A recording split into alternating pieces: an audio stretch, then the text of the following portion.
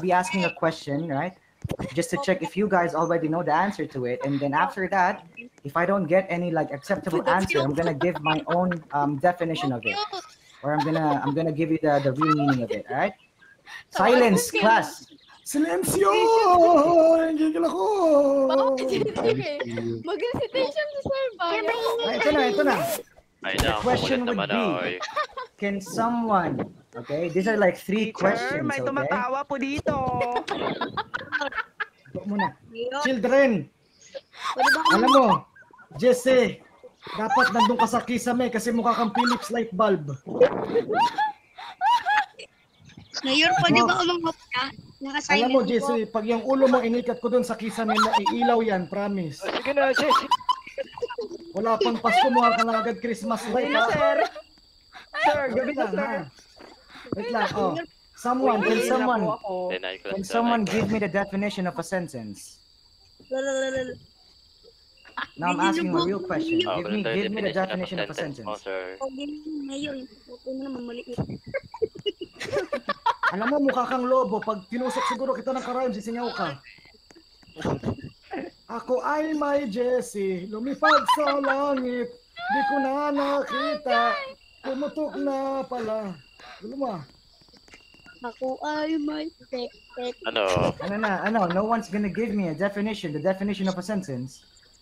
Wala pa, ilan pa yan. Umupo ka muna doon. Jessie, kahit na mukha kang bumilya, hindi ka bright, no? Sir, panawag, sir, student. Sir, huwag mo naman. I'm just gonna give you the definition of a... I'm just gonna give you the definition of a sentence now, okay?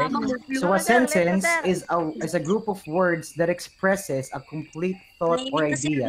Google, di ba? I don't know how to, I don't need to use Google for that. We've basically studied that. We've learned that since grade 1, okay? You'll be stupid if you have to use Google for that, okay? Now give me the parts of the sentence, all right? Sentence is divided. A basic sentence is divided into 2 parts. First is a subject. The second one is the predicate. Can someone give me the definition of the subject? Kabala ka, sir. Babalik ka, sir.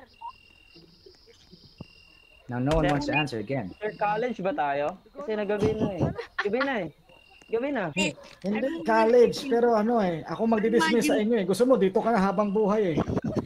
Ayoko nga, gusto ko nga mukha mo, mukhang sabon.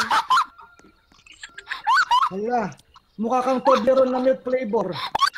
Payag ka. Mukhang sabon.